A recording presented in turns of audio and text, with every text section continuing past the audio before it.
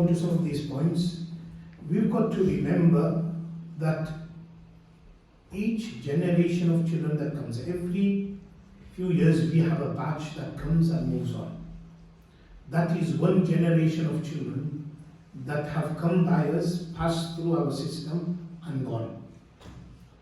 Now, like we mentioned, that generation, a very small percentage, will reintroduce themselves to a scholar or some aspect of learning. The majority feel that I've learned Islam. How much Islam have they taken away? Have we given them enough to make sure that when they move on to the different stages of life, like university, etc., that other aspects, peer pressure, friend circles will not influence them into doing wrong? Did we nurture them in that way? All of these things need to be considered.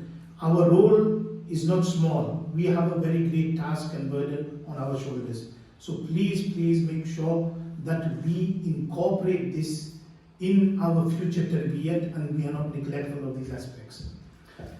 Coming back to our teaching of the Qur'an.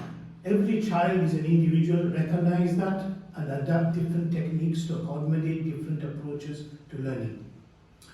You can't drive the flock of children with the same stick. One method does not work with every child. Every child is different. The ustad needs to make sure that you recognize the needs of the children. You can't have one method and everybody, or you say, oh, this child is too weak, he's not understanding my method. Try different approaches. Look at the need of each child. Just by tweaking something, a child will start proceeding and going forward. So take each child, even though you might be teaching a class of 20 and the lesson might be the same, but your approach needs to be tweaked for certain children. Every children has a different level. You'll have majority of the children on an average level that everybody will comprehend. You'll have a small group of children who are exceptionally talented and they won't need much guidance. You will have a small number that needs that support.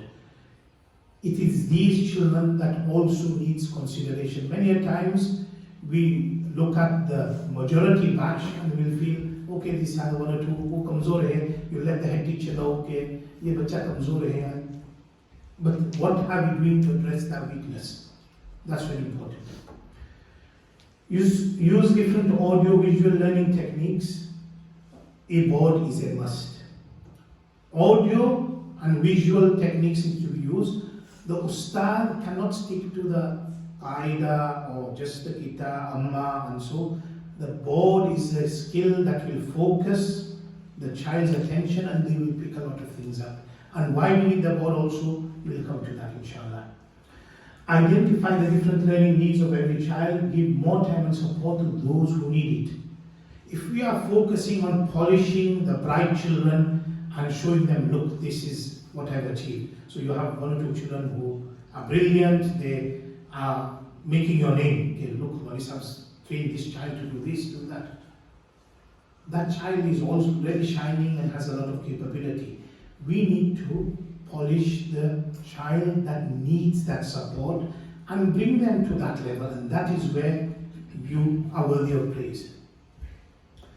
We have a golden rule.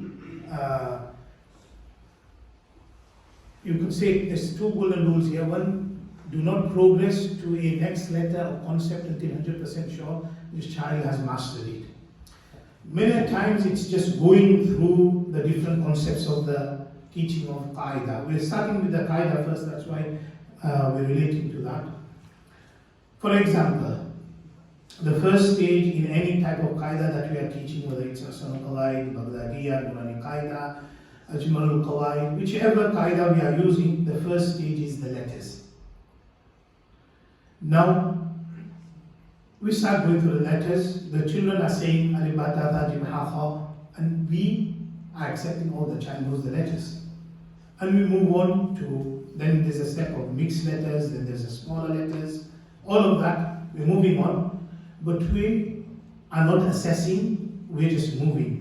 Or if the majority of the class knows that lesson, we move on. That needs to be looked at properly. Why? A lot of times children are reading them out of memory. Majority of the children will do that. They learn the sequence alif ba ta, but if you take up, that's where our board comes in. You take a board.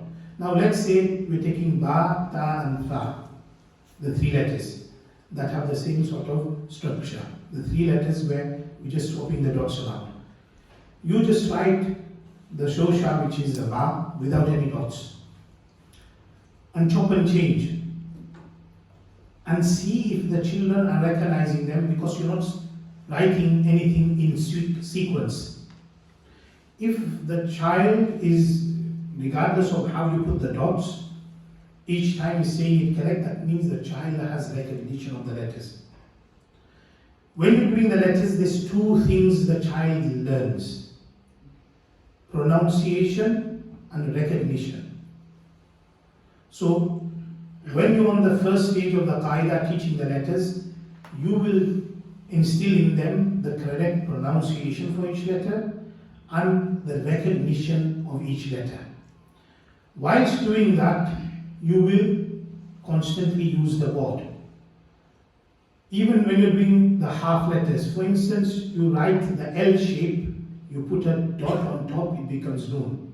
You put a dot at the bottom, it becomes Ba. You put two dots in the stomach of that L and it becomes Ta. You put three, it becomes Ta. So that constant changing and making sure the child is recognizing it each time, that recognition is very important. Also, the making sure that each time when they recognize, they're also pronouncing it correctly.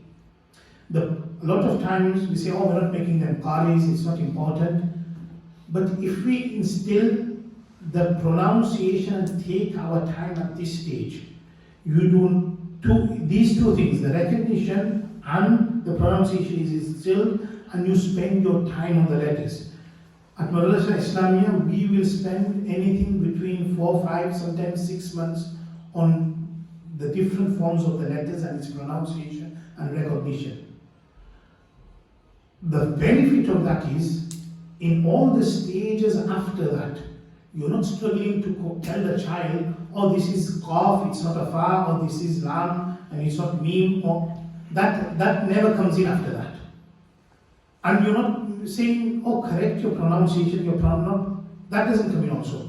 Because in that 5-6 month period, they know the letters backwards, they recognize the different forms of the letters, and they don't need somewhere, they will.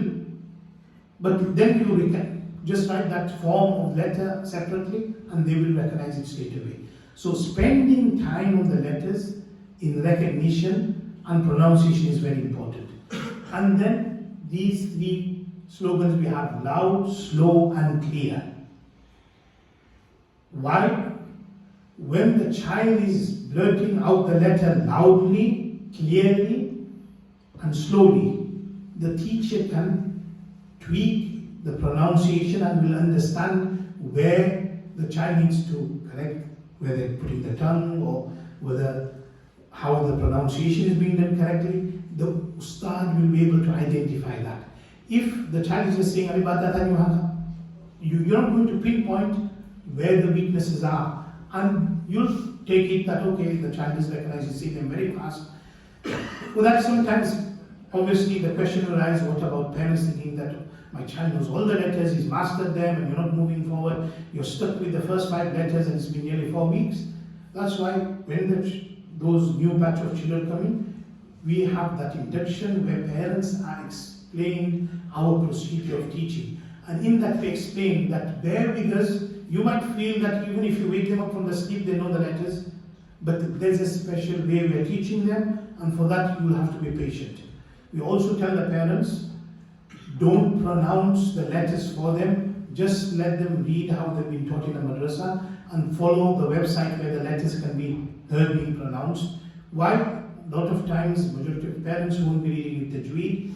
The teacher has taught with Tajweed or pronounced with Tajweed or followed them with the website where the Tajweed is being done constantly, and parents will change the pronunciation and the child starts getting confused. Especially those that are coming new into Madrasah, that do I pronounce it like my mom or dad did it, or do I pronounce it like the teacher? So certain elements of teaching the Qā'idah needs to be discussed in the induction with the parents also, that this is how you're going to proceed, you have to be patient. Also, there's some do's and don'ts for the parents that are very important.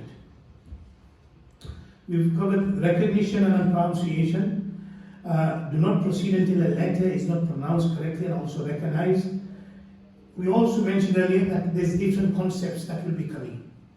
So you have that letter phase, then you go to the concept of fatah, for example. Now, when you're teaching fatah or zabar or whatever we label it as, you've got that page where fatah examples are. The child needs to master that properly and understand it and make sure that you will have, let's say, 10 examples or 15 examples. Let's say we take amara.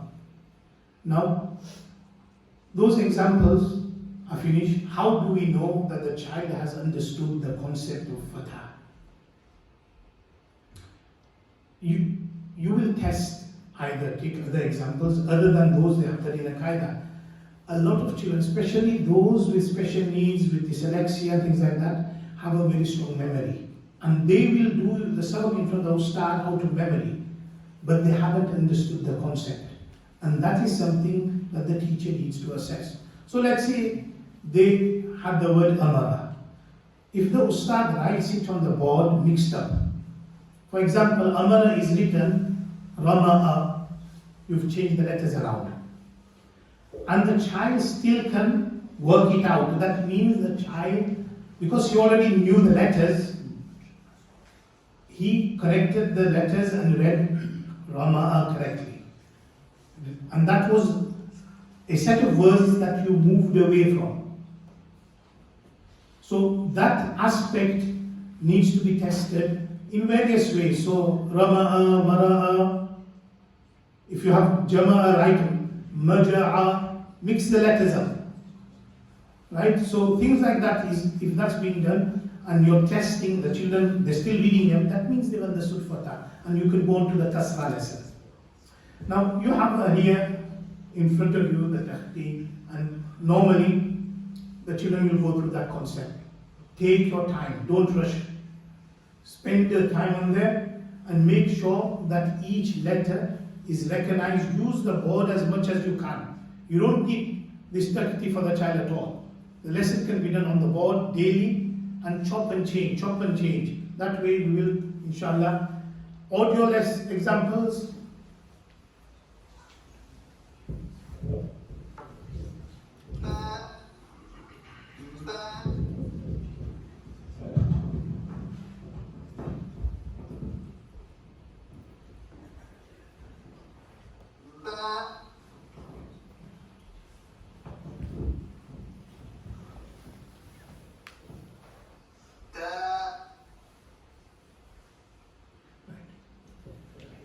So this is something we've done. It's also, we'll go onto the website also later on and show you where that whole thing can be, each letter can be read on the website also.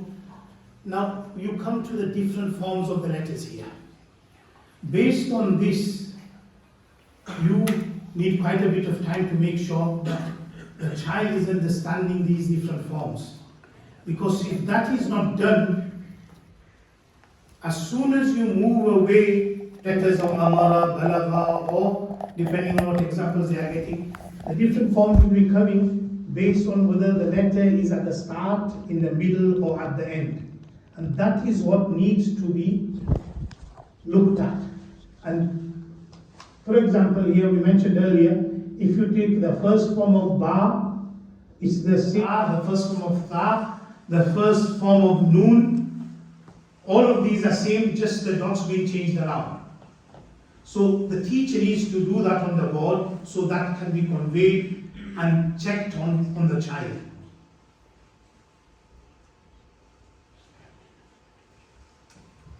We're going to show you some video clips of how the board is being used.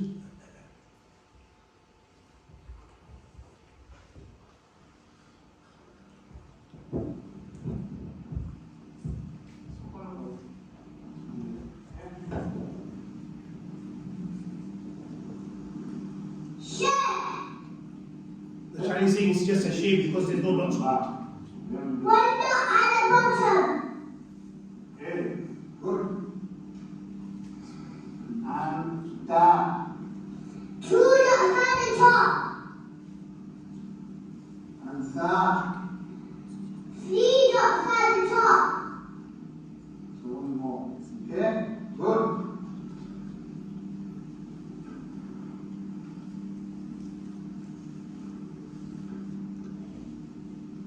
What's this? Share. Maybe do it, yeah. 2 dots at the bottom. Lovely. And this? What's this?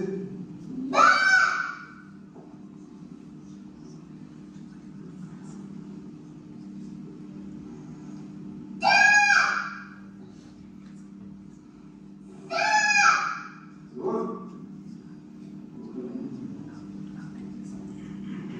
And today is into Hamza. Put that at the top. Good.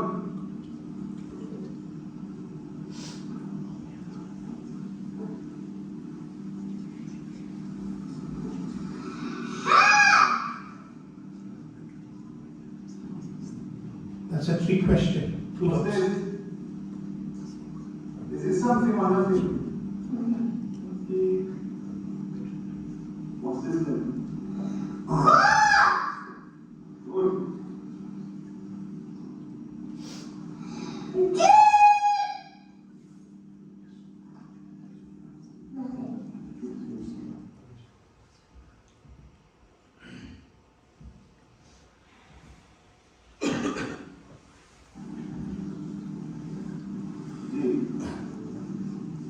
When I subject is on the ball, you must look and then write it, okay?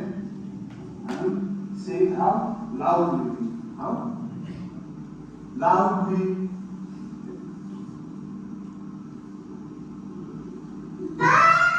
Good.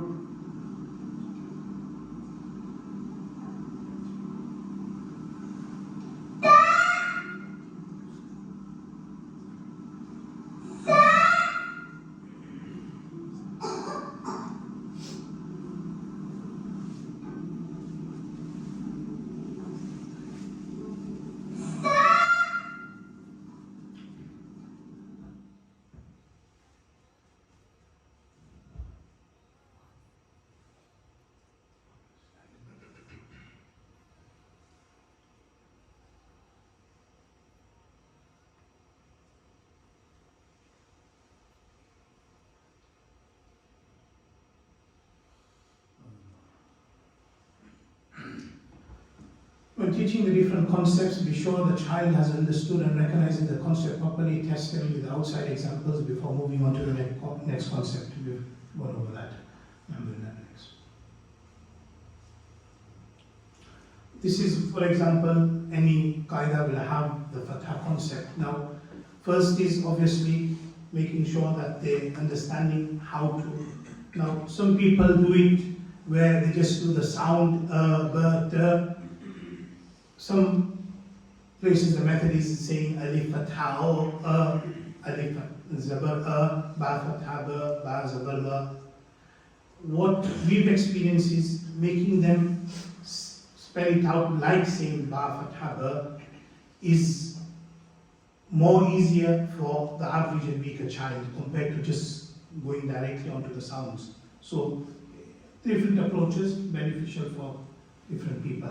Now again, we have that the PowerPoints and stuff where we can teach them each one. So the child who is learning from audiovisual methods can look at that. Ba, fatha, ba.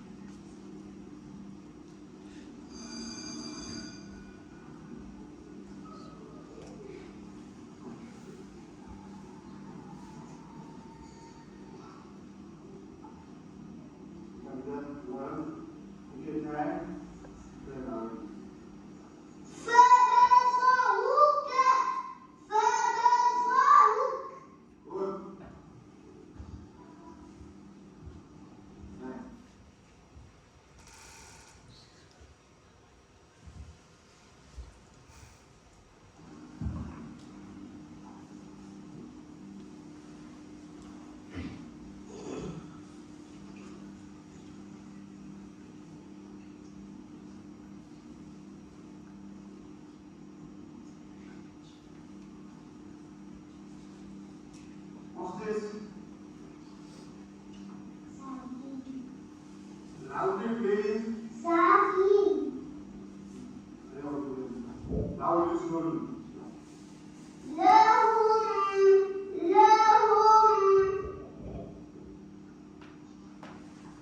With every word, we make sure they read it without work and with work from the start. So from Fatha, Amara, Amar, Balagha, Balagh.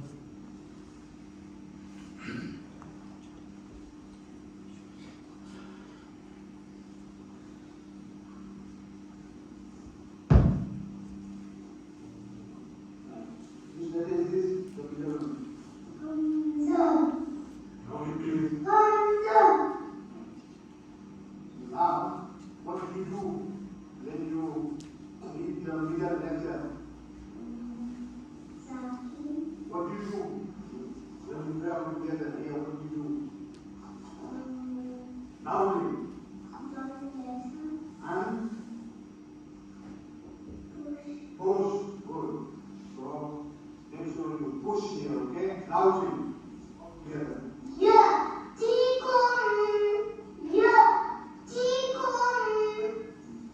Good.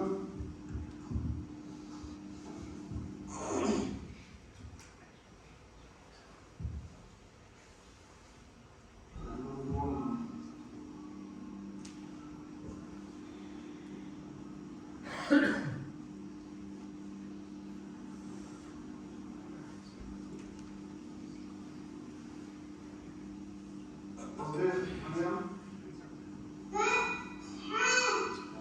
Now together, please. Loudly.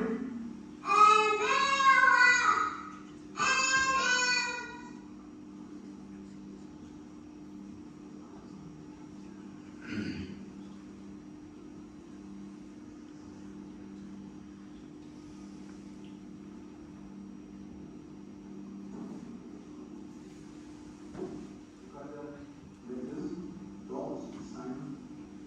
And this. Together, loudly.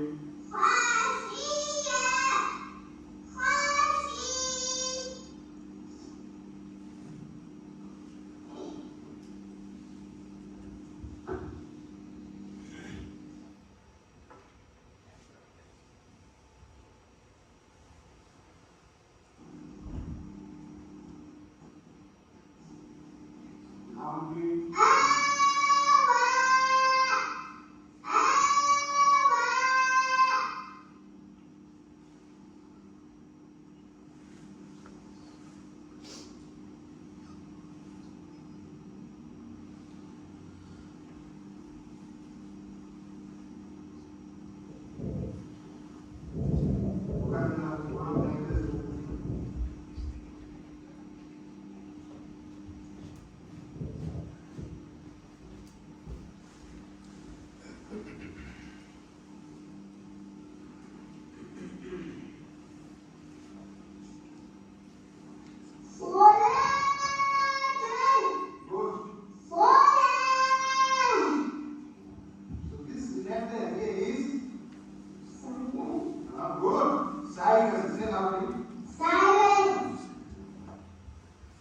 Now, the clips we have of Surah Qā'idah, and each one is going through all the phases of the different aspects of the Qā'idah.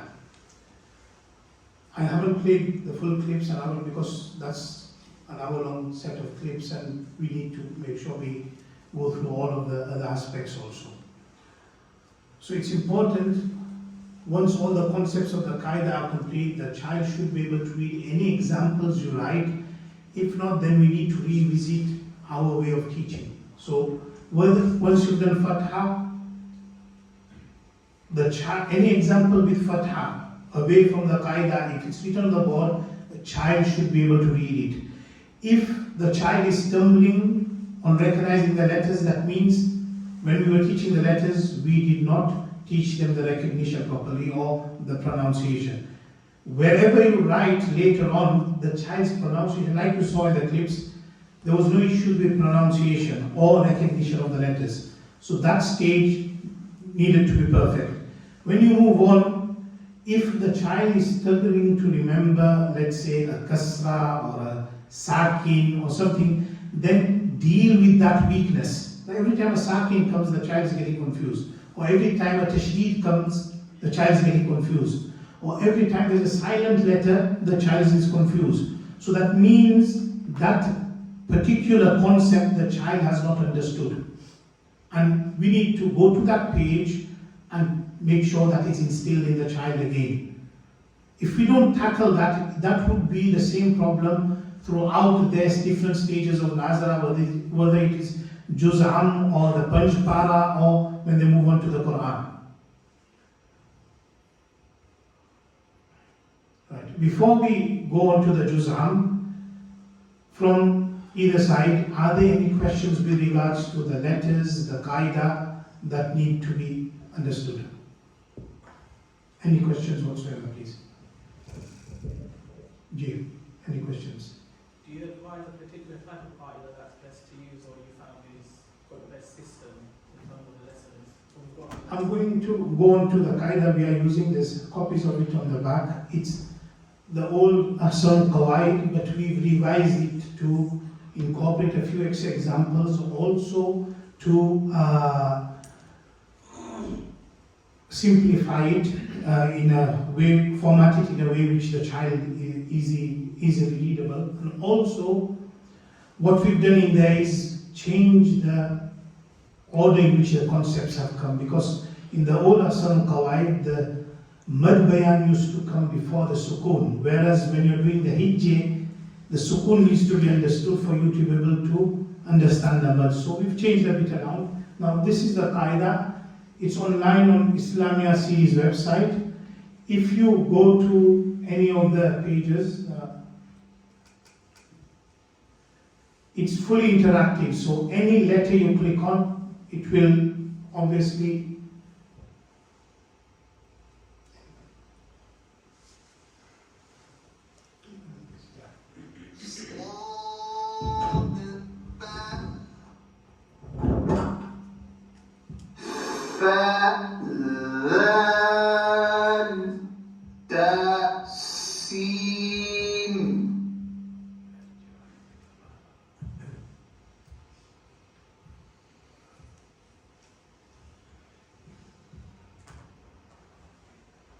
همزة فتحة ميم فتحة ما أما رو فتحة رو أمر أمر. So the whole Qā'idah is interactive online. This is what we send the link to parents also. So for home learning, we suggest they just follow that. No parents need to recite anything. And that way it's easy for them to learn at home also. Remote learning is also easy, and it supports the child throughout the different stages of the Qā'idah. Any questions, please? Yes. How many students do you have in your private class? At the most 20-22.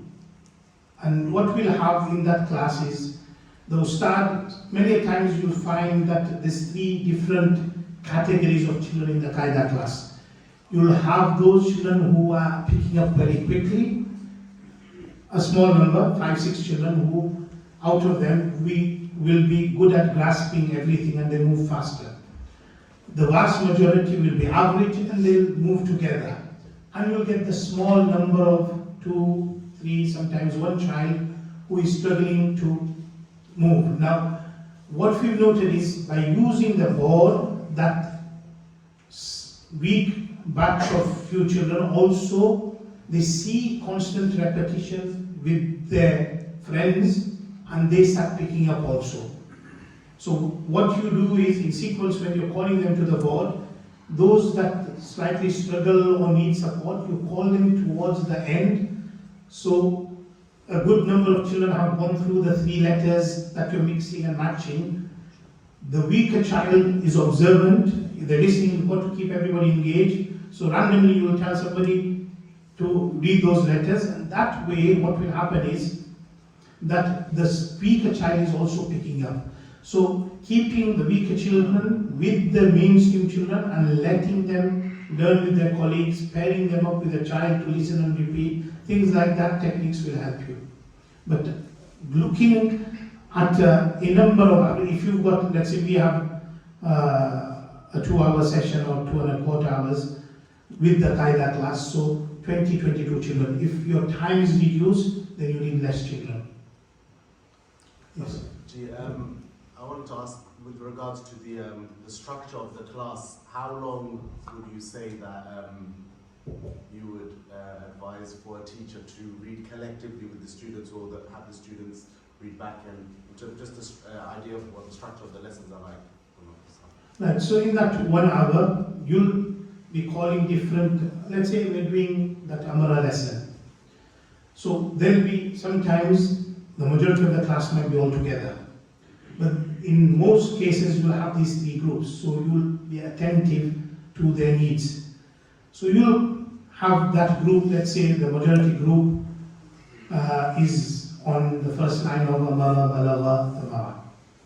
So you'll call them, make them sit in the middle, so they're by the board, and you'll go through the sequence of letters, make sure each child knows what their 2 words or 3 words are, and the other children who might be a letter a word behind or so, will also be joining in, but they'll be listening to their peers going through that. Now, in that time, whilst you're going through each child, you'll have a break in the middle so they're not constantly there. You'll make them into groups, and one person will be reading, the others will be following, and then you come back to the board, because you've got to keep them engaged, and you go through the sequence of children in the different, so if you have more than one group, using that technique, but at every time you make sure the children are engaged, they're following on the board, especially the reception children, they need breaks in the middle, so let's say halfway through you can have a small story time for them, and then go on to the next. So have your breaks and go through each child. Make sure they've got that. Some children, like I said, the weaker children need to sometimes read to the teacher twice, so you might give them in the first portion, listen to them a bit, let them practice, and then come back and have a go again, whereas the other children might just need to read once to the teacher and once on the board. But if you have, let's say, 2 hours or just under 2 hours, and you have a group of 20 children, that time will be consumed going through the children. If you have, let's say, some madrasas have 2 1.5-hour sessions, and for the Qā'idah they'll have only 1 hour and they'll have lesser children. So similarly, the time will be broken on, let's say, if you've got 12-13 children for 1 hour, you'll need that full duration to make sure you're covering every child with that day's few words and lessons. Sorry, a second Yeah. question. With regards to certain students who struggle to come out of their shell, do you have any practical advice how you can encourage them to read loudly? Yeah. When they're seeing, that's why keeping children in mainstream and not moving them away, oh, this child is struggling, let us put them in a 1-to-1 or something. No. keeping them in the main seat. When they're seeing every child one after another coming in front of the board and shouting out the words and so, automatically, it might take them, like you say, a time to come out of the shell, but they slowly develop. You've got to bear with them. Don't shout at them loudly, this, that. Let them see their peers doing it, and slowly they will come out. Specifically with older students, they find it more difficult to read loudly. Is there any advice for them? Have you seen anything yourself? Or? If from the foundation we are teaching in this way, then it will continue. However, you will get that child who's joined you at a later stage, right? That child again, initially will have that same problem. But if they're reading in the class atmosphere, slowly they'll pick up from the other children and start developing again.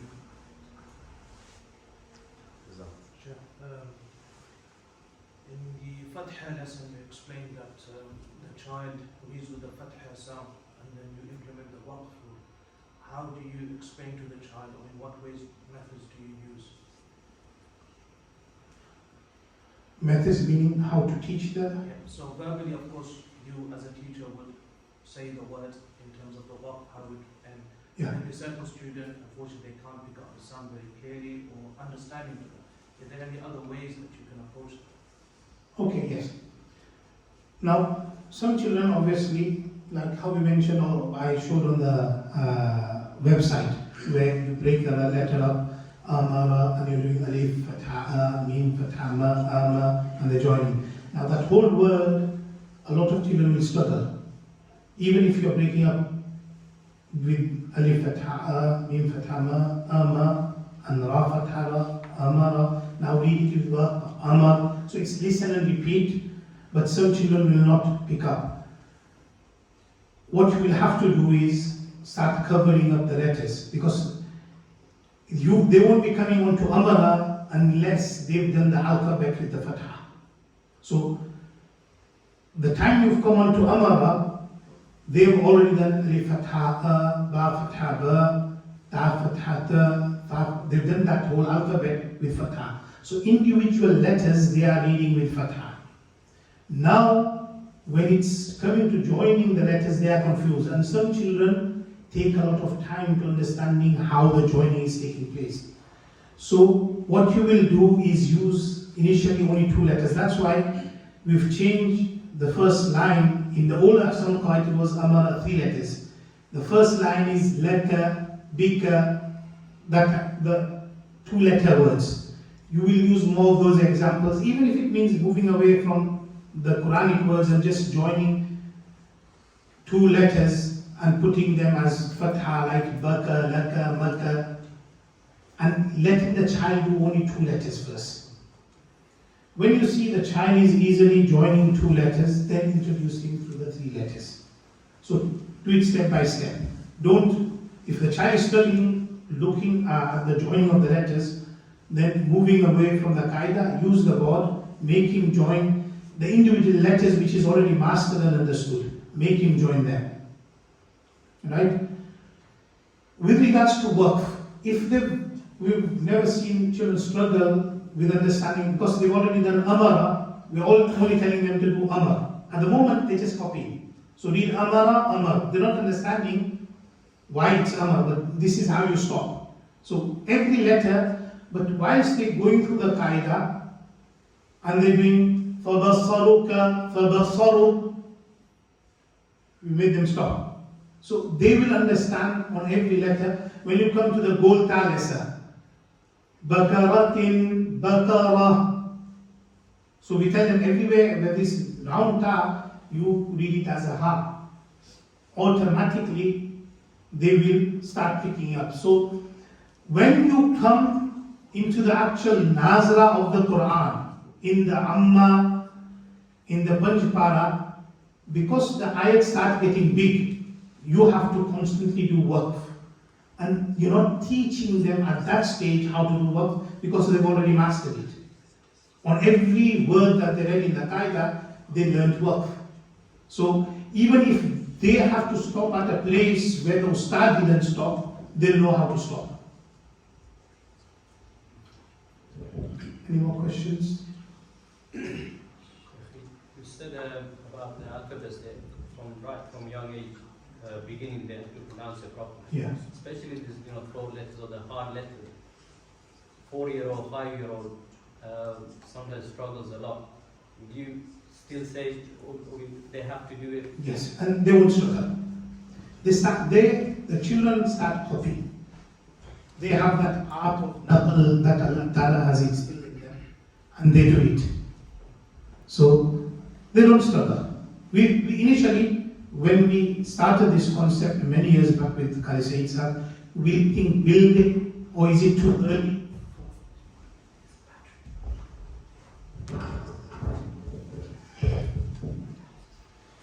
Is it too early for them to be learning the letters? But when we practically did it, they did pick up, and alhamdulillah, there was no problems.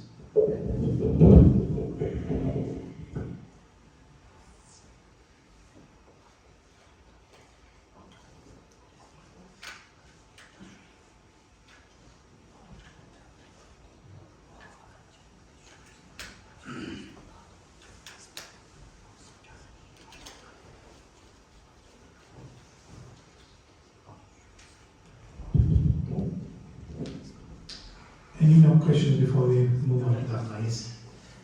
This alif mufrad is jof dehen, and hamza mufrad is haruf al. If two different places, how one is alif fatha. Right. In our hijri, because that is really hamza, in the hijri it's read as hamza fatha. We don't use the word alif there. I said it, but in the Qā'idah it's hamza. Yes. How do you divide the time if the children are of different abilities? So some are basic learning letters, some are very advanced in terms of combination of words and letters and huruf. So how would you divide that time? Because you wouldn't be able to on board with all the class at one time because of the varying levels. Right. So every madrasa will have, for instance, for us, because we have a large intake, we'll have a class starting everybody at the same level. So we'll be teaching a class of 20 who are all starting together. From that, some will fall behind and we'll have to teach individually. Some madrasas will have an intake of 5-6 children, and they'll go into a class which already has the previous year's children on. Now you have 2 groups of children. You've got to remember that you're teaching in that less time you have 2 groups of different children. So for the ustad, he needs to make sure that when he's listening and teaching one group on the board, the other group is being given a task to do. For instance, there's a group of 7 children who are doing, let's say, the kasra lesson. So you tell them that one after another in that side of the class, I'm going to listen to you after this group.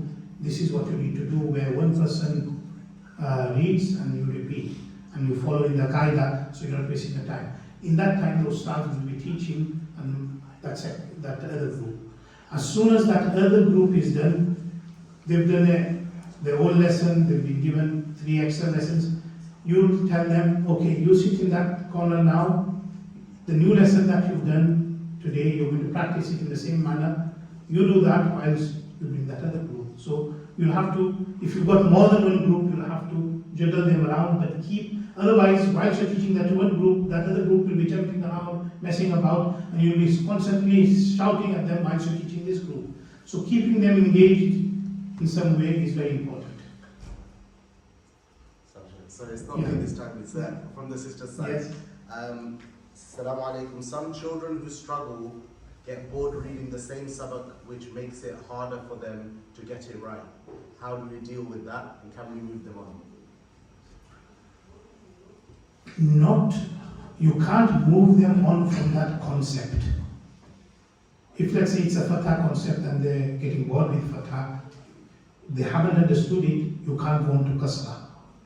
What you can do is bring in extra examples of fatah for them to look at and work with. Like I mentioned, if you can't get enough examples from the Qur'an, then use the same words like amara, mix it up, and you'll get another example. Mara'a, rama'a is 2 more examples from amara. But For both children, you have to mix and match.